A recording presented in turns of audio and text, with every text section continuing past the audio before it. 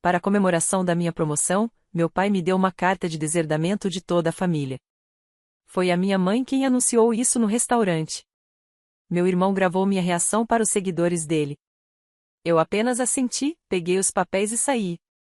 Eles não tinham ideia do que eu já havia vendido. Meu nome é Bruce. Tenho 31 anos, sou o filho mais velho e aquele que aprendeu cedo a ser útil em vez de visível. Sou corretor de ações. Números, telas, voz calma nos dias voláteis. Na minha família, porém, nada disso me fazia o favorito.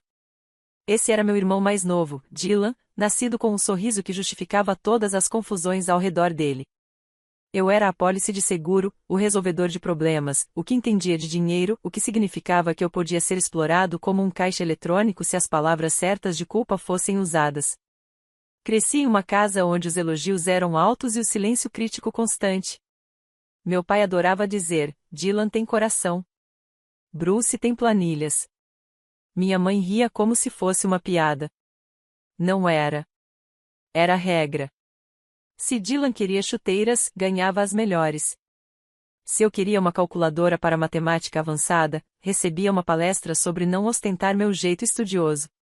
Aprendi a me manter pequeno, a planejar, a respirar durante aqueles longos jantares, nos quais as histórias do meu irmão recebiam aplausos de pé, enquanto minhas notícias eram recebidas com um aceno educado. Aos 27 anos, tinha série 7, um apartamento pequeno e o hábito de trabalhar nos feriados porque o mercado não se importa com a agenda da família. Aos 29, mudei de mesa para um time melhor. Aos 30, construí uma carteira de clientes do zero. Eles permaneciam porque eu atendia suas ligações às 7h03 da manhã e novamente às 23h49. Meu lucro e prejuízo eram os únicos aplausos que eu precisava. Ainda assim, eu voltava para casa em aniversários, para os almoços de domingo e aquelas longas tardes lentas em que meu pai dava palestras sobre homens de verdade fazendo trabalhos de verdade. Depois, me pediram para transferir dinheiro para a última ideia de Dylan. Eu dizia sim com mais frequência do que deveria, porque dizer não virava uma Segunda Guerra Mundial em uma cozinha que cheirava a limpador de limão e ressentimento. 2 meses atrás, fui promovido oficialmente, vice-presidente sênior de ações. Extraoficialmente, a pessoa que meu chefe chamava primeiro quando o mercado despencava. Por hábito, mandei uma mensagem no grupo da família. Minha mãe respondeu com emojis de confete e estamos tão orgulhosos de você, querido. Meu pai mandou um seco já era hora. Dylan mandou um joinha e o link do seu novo canal, onde mostrava sua rotina de trabalho e também divulgava que em breve lançaria merchandising. Eles marcaram um jantar. Por nossa conta, disse a mãe. Lugar legal. Traje social, acrescentou o pai. Eu deveria ter reconhecido o roteiro. Deveria ter lido os sinais. Mesmo assim, coloquei o bom terno azul marinho. O restaurante tinha toalhas brancas e iluminação que fazia todos parecerem caros. O garçom disse, parabéns, enquanto servia água. Minha mãe enxugou os olhos. Meu menino grande, disse ela. Meu pai pigarreou, como se fosse fazer um discurso. Dylan posicionou o celular para uma foto espontânea. Eu pratiquei o sorriso que as pessoas postam no LinkedIn quando recebem promoção, grato, humilde, cansado. O primeiro prato ainda não havia chegado quando minha mãe puxou um envelope grosso da bolsa. Papel creme. Meu nome escrito à mão pelo meu pai. De toda a família, disse ela, como se fosse um buquê de flores. Meu pai cruzou as mãos. Dylan levantou o celular ainda mais. Eu abri um envelope. Deserdação é uma palavra fria quando vem impressa em papel timbrado oficial. Dentro do envelope havia tópicos, condições, uma lista de bens e assistência nunca oferecida, tudo descrito como se eu tivesse roubado o ar deles. Um parágrafo sobre o rompimento voluntário dos laços familiares, assinado por ambos os pais. Um carimbo de cartório inclinado, parecendo um hematoma. Sorria, disse Dylan suavemente. Canri ligado. É para os meus seguidores. Série da dura verdade. Pela primeira vez, eu não atuei. Apenas assenti. Dobrei os papéis de volta no envelope, guardei na jaqueta, levantei-me e coloquei o guardanapo na mesa. A voz da minha mãe me seguiu. Bruce, não seja dramático. A do meu pai soou mais plana. Apenas aceite, Bruce. Dylan gravava. Um casal na mesa ao lado fingiu não olhar. O garçom congelou com a bandeja de pães, como uma estátua em uma peça de teatro. Saí do restaurante. Na calçada, o ar estava frio o suficiente para arder. Eu não tremia. Nem estava surpreso. A surpresa já tinha acontecido semanas antes, em um escritório silencioso, às 20h12, com uma ligação que nunca vou esquecer. Foi nesse momento que percebi quanto de mim eles já haviam consumido. Foi quando comecei a fazer uma lista do que realmente importava e do que podia ser vendido. E não estou falando de ações. O problema de ser o responsável é que as pessoas confundem confiabilidade com capacidade infinita. Quando você não recua, elas empilham mais em cima. Quando você não reclama, assumem que está tudo bem. Foi assim que acabei cobrindo o descoberto do Dylan aos 22 anos, o empréstimo ponte dele aos 24, o aluguel emergencial aos 26 e aquele pivô empresarial único aos 28. O valor começou em centenas e acabou se tornando cifras de 5 dígitos, que não significavam nada para você, Bruce. A família ajuda a família, dizia meu pai todas as vezes. Só até ele se levantar, acrescentava minha mãe. Como se Dylan alguma vez tivesse se sustentado sem se apoiar. Eu mantinha planilhas porque é quem eu sou. Colunas para datas, valores, motivos declarados, motivos reais. Não cobrava juros. Não pedia devolução. Guardava o arquivo em uma pasta chamada Documentos Fiscais para não ter que explicar nada a ninguém. Aos 30, Dylan mergulhou de cabeça no mundo do conteúdo. Podcasts, vlogs, lives sobre a cultura do hustle, gravados da poltrona de couro do meu pai. Ele se auto-intitulava fundador. O que ele fundou era um buraco no orçamento da família. As visualizações subiam, depois caíam, depois subiam de novo. Ele me pediu para patrocinar um episódio. Seja o irmão legal, disse ele. Todo mundo ganha. Eu disse não. Ele mandou uma mensagem: dinheiro te deixa cruel. 2 minutos depois, minha mãe ligou. Bruce, ele é sensível. Papai me mandou um vídeo do Dylan, em frente a um ring light, dizendo: mano, as pessoas não entendem. A legenda dizia: as únicas pessoas que importam são as que investem em você. Eu silenciei as notificações e fiquei olhando para o teto, pensando em como é fácil confundir atenção com respeito. O trabalho parecia simples em comparação. O mercado é rude, mas honesto. Ele pune contos de fadas e recompensa disciplina. Quando fui escolhido para SVP, não foi porque alguém gostava de mim. Foi porque minhas previsões acertavam mais vezes do que erravam e porque eu sabia quando cortar perdas. Meu chefe apertou minha mão e disse: olhos secos, fiz. Agora, construa. Naquela noite, minha mãe ligou às 22h41. Seu pai e eu estamos tão felizes. Sabíamos que você conseguiria. Depois, uma pausa. Eu fechei os olhos. É só o carro do Dylan, disse ela. O banco está sendo tão inflexível. Se pudéssemos transferir algumas coisas. Mãe, não. Silêncio na linha. Então a voz dela ficou doce, quase sedosa. Não deixe essa posição te tornar arrogante. Eu já tinha ouvido versões dessa frase a vida inteira. Funciona como um apito para cachorro. Tradução: faça o que queremos e faça com um sorriso. Eu disse: fui arrogante exatamente 0 vezes. Fui uma carteira. Uau, disse ela, para sua própria mãe. 1 hora depois, meu pai ligou. A voz dele estava limpa, como se tivesse ensaiado. Filho, Dylan precisa de $18.400 para impedir um leilão do carro. Vamos te pagar algum dia. Não seja mesquinho com a família. Pare de usar essa palavra. Eu disse: mesquinho significa que estou pedindo pouco. Estou pedindo grande para você me tratar como uma pessoa. Não eleve a voz. Não estou. O telefone fez meu apartamento parecer menor. Estou te dizendo, não posso mais fazer isso. Meu pai exalou. Você acha que esse cargo te torna um rei?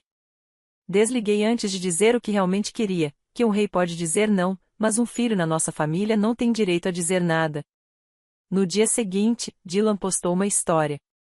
Algumas pessoas só ajudam quando isso lhes beneficia. Ele colocou uma música sobre cobras. Não marcou ninguém, mas marcou todos. Então veio a segunda ligação, às 20h12, de um número desconhecido, com uma voz agradável que pertencia a uma oficial de crédito. Senhor Fis, seu nome consta como referência em uma solicitação. Precisamos apenas verificar alguns detalhes sobre a renda do seu irmão e sua disposição em garantir. Fiquei olhando para as persianas. Eu não havia consentido em ser garantidor. Há um documento assinado aqui com o seu nome. Envie. Ela enviou. Imprimi e fiquei sentado, com a página aberta sobre a mesa. Minha assinatura parecia traçada de algum lugar. Os números eram horríveis. Não era um carro. Era uma consolidação. Cartões de crédito que Dylan dizia serem pequenos, agora somados em uma rocha gigantesca. Ele falsificou minha permissão. Usou-me não apenas como carteira, mas como escudo. Desci as escadas até a rua e caminhei até que o frio cortasse o barulho na minha cabeça. As pessoas falam sobre traição como se fosse dramática. Tudo em letras maiúsculas, fogos de artifício. Não é. É menor. É um simples problema de matemática que de repente se transforma em mentira. É perceber que seu nome é uma ferramenta que outros acreditam possuir. Naquela noite, não liguei para ninguém. Fiz chá que não bebi. Abri aquela velha planilha. Adicionei uma linha, tentativa de garantia não autorizada. Valor, $62.900. Motivo, porque ele pôde. Na manhã seguinte, avisei o departamento jurídico da minha empresa sobre a assinatura falsificada, porque ética importa quando seu trabalho é mexer com o dinheiro de outras pessoas. Depois, mandei uma mensagem para Dylan: remova meu nome de qualquer coisa. Agora. Ele respondeu com um emoji de dar de ombros. Depois, irmãozão, relaxa. Não relaxei.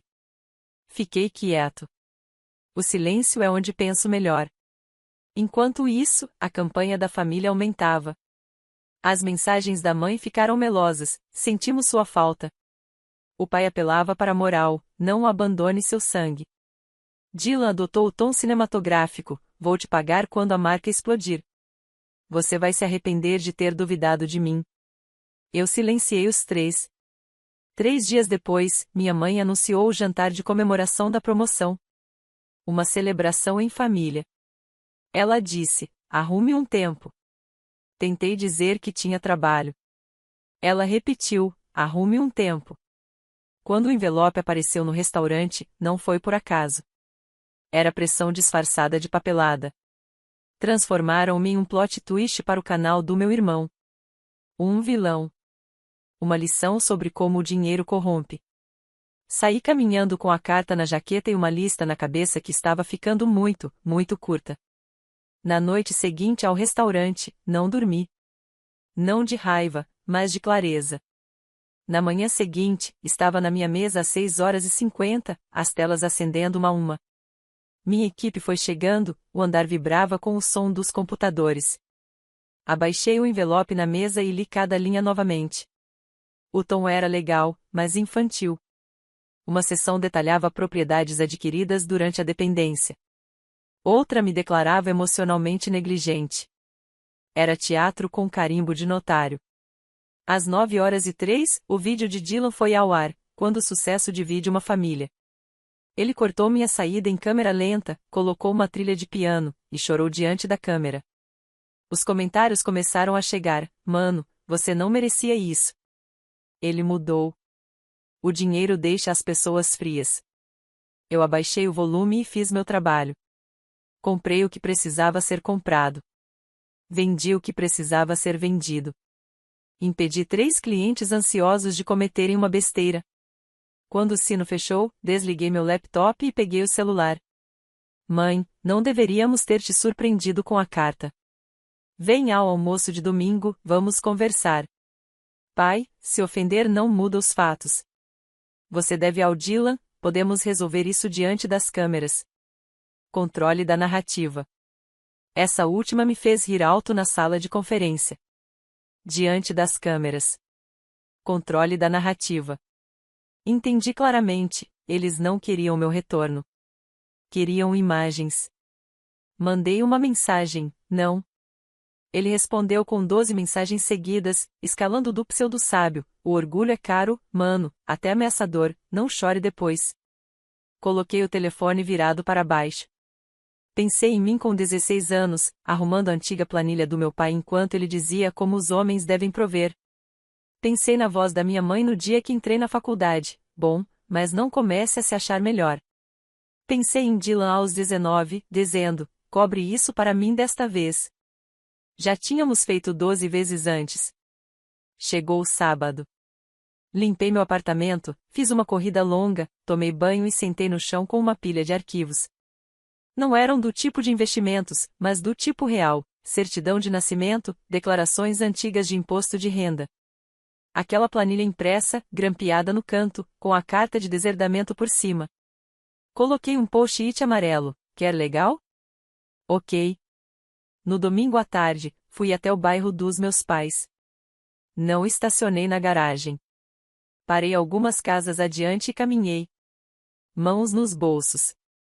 Do jeito que se entra em uma tempestade, sabendo que vai ficar firme no meio dela. Toquei a campainha.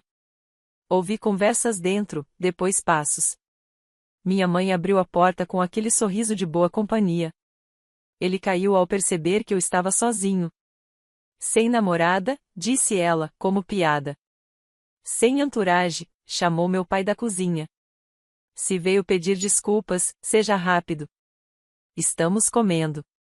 Dylan apareceu na esquina do corredor, com o celular na mão, polegar pronto. Vamos ao vivo em 5, disse ele. Eu respondi: não, não vamos. Minha mãe abriu os braços como se fossemos nos abraçar. Isso pode ser resolvido com uma conversa. Ótimo, disse eu, erguendo o envelope. Vamos ter uma. Sentamos na sala de estar. A casa cheirava a assado e lustramóveis. A lareira exibia a placa de Dylan de uma noite de premiação do colégio e nada meu. Antes, isso parecia um desafio. Agora parecia prova. Minha mãe fez um gesto para o sofá. Fizemos o que fizemos por amor. Essa carta não é amor. Eu disse: é alavancagem. Meu pai se inclinou, cotovelos nos joelhos, do jeito que faz quando vai dar sermão. Você tem recursos.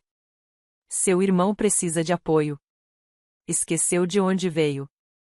Dylan levantou o celular. Vamos começar com responsabilidade. Bruce, diga um eu. Coloquei o celular na mesa com 2 dedos. Sem câmeras. Por que tem medo da verdade? Não tenho, disse ele.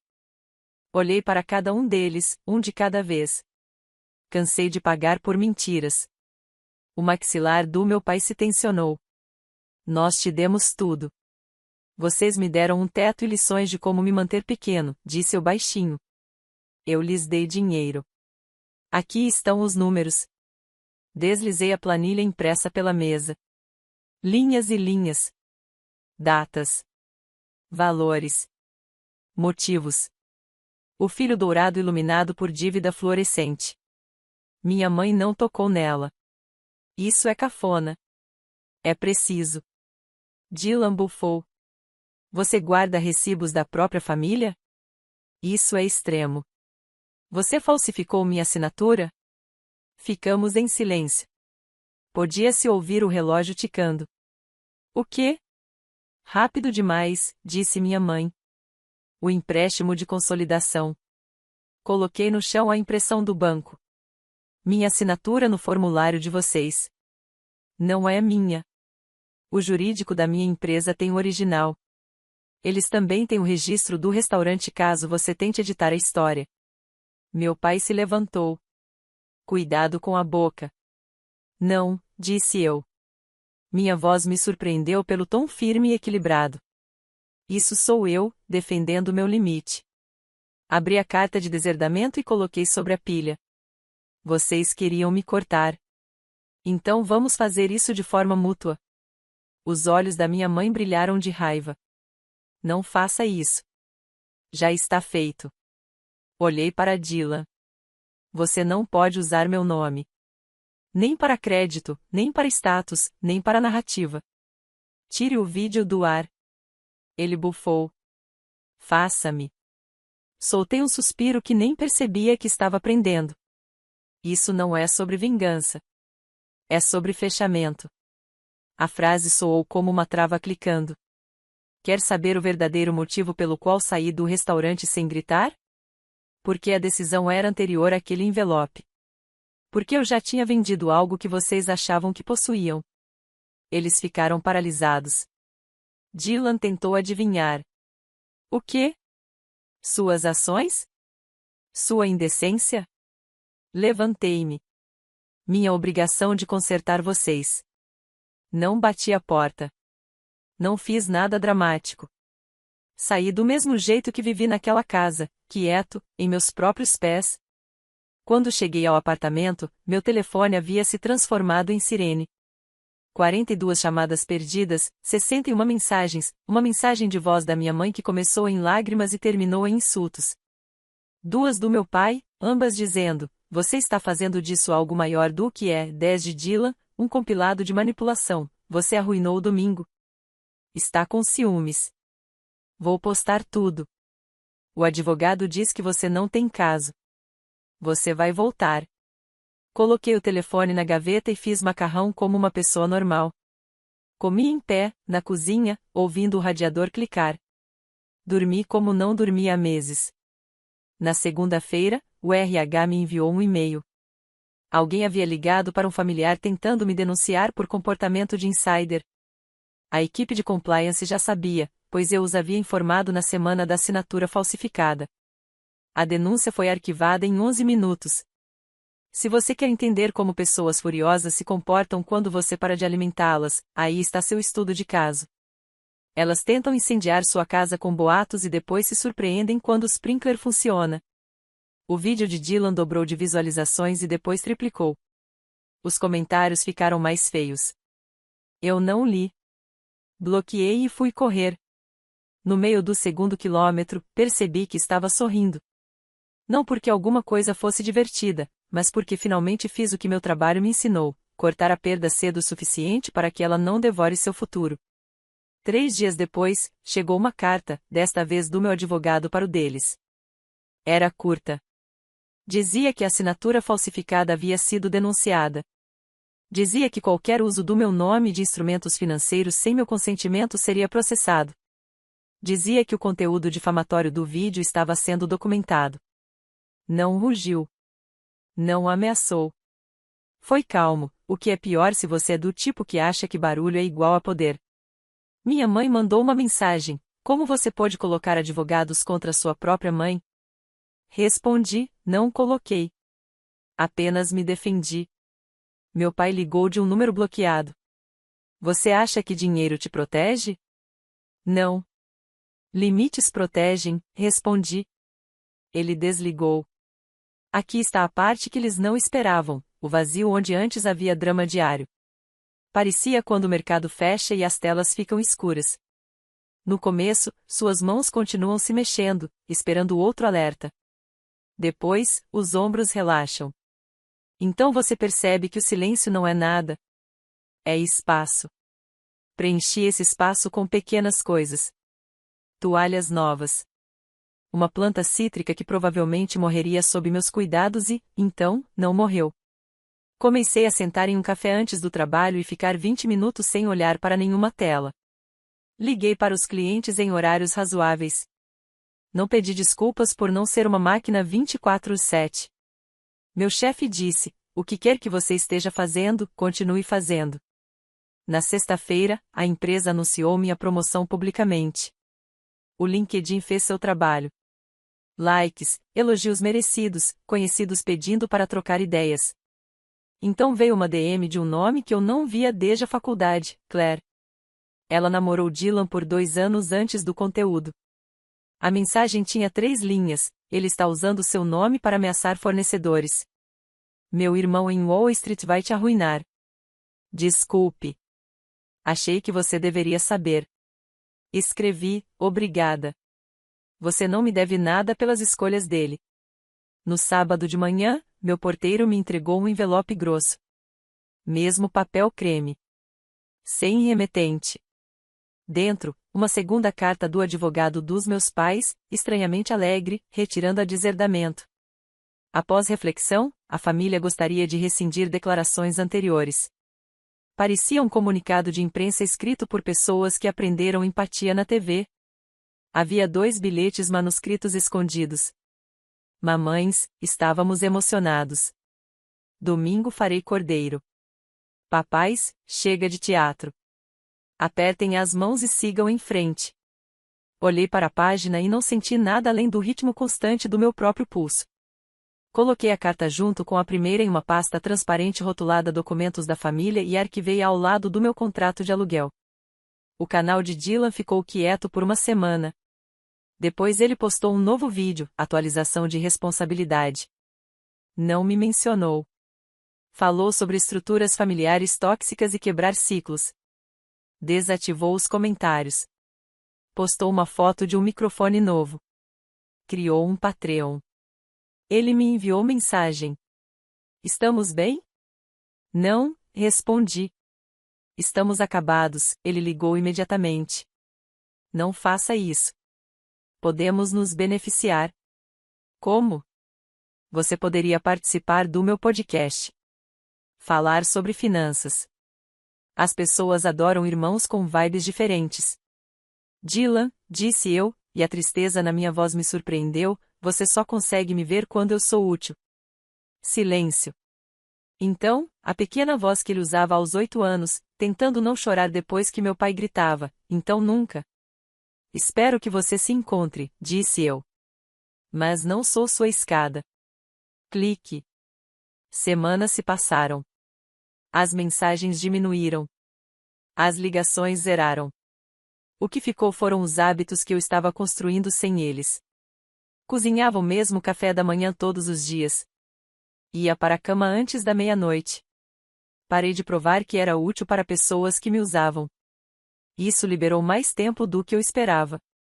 Nesse tempo extra, finalmente vendi o que precisava ser vendido. Você achou que eram minhas ações? Não eram. Eu as mantive. O que vendi foi a narrativa, silenciosa, limpa, para mim mesmo. Peguei a versão de mim que minha família havia escrito, aquela em que sou o recurso, o plano de fundo, a certeza e liquidez total. Substituí por um novo item de linha, pessoa. Coloquei no meu portfólio interno, rotulado como não negociáveis. Foi então que minha tia Ruth ligou. A única parente que nunca pediu um centavo e sempre trazia comida de verdade nos feriados. Não ouvi sua voz, está tudo bem? Estou mais leve, respondi. Que bom. Lembre-se, um ou não ou já é uma frase completa. A sua mãe mandou você? Eu mesma me mandei, disse ela. Ah, e coma algo além de ovos e café.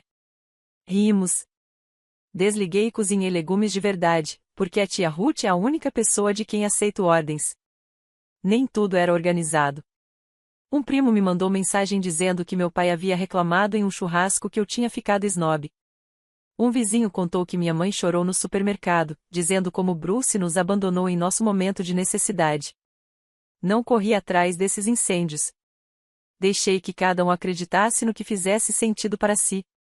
Eu já tinha perdido tempo demais gerenciando percepções. É exaustivo fingir ser o vilão de alguém para que eles se sintam heróis.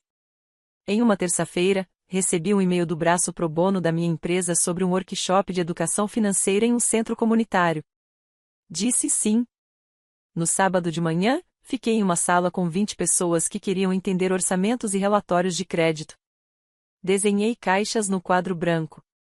Disse frases que eu precisava ouvir aos 18 anos. Seu orçamento é seu limite. Se não respeitam isso, não respeitam você. Alguém lá no fundo levantou a mão. E se for sua mãe? Especialmente então, respondi, e a sala riu. Aquele tipo de riso que significa que todos estamos cansados da mesma coisa. No caminho de saída, um cara da minha idade me parou. Você fala como alguém que sobreviveu ao drama familiar. E eu sobrevivi. Alguma dica? Comece pequeno. Anote os pedidos. Diga um não. Diga a si mesmo que é permitido se sentir péssimo e continue. Ele assentiu como se estivesse esperando por permissão. Pensei em Dylan encarando um ring light, no meu pai à mesa da cozinha com os braços cruzados, na minha mãe segurando uma carta como se fosse um presente. Percebi quanto da minha vida havia sido organizada para não deixar os outros desconfortáveis. Caminhei para casa sob o sol fraco do inverno, comprei laranjas na esquina e não olhei o celular por 2 horas. A última mensagem que recebi da minha mãe foi curta. Jantar de domingo às 17 horas. Seu lugar está sempre aqui.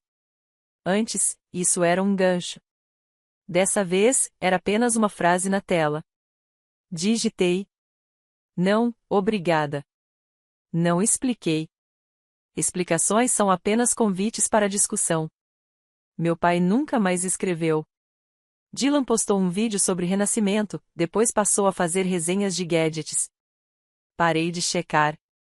As pessoas continuavam me dando atualizações como se fosse notícia que eu precisasse. Não precisava.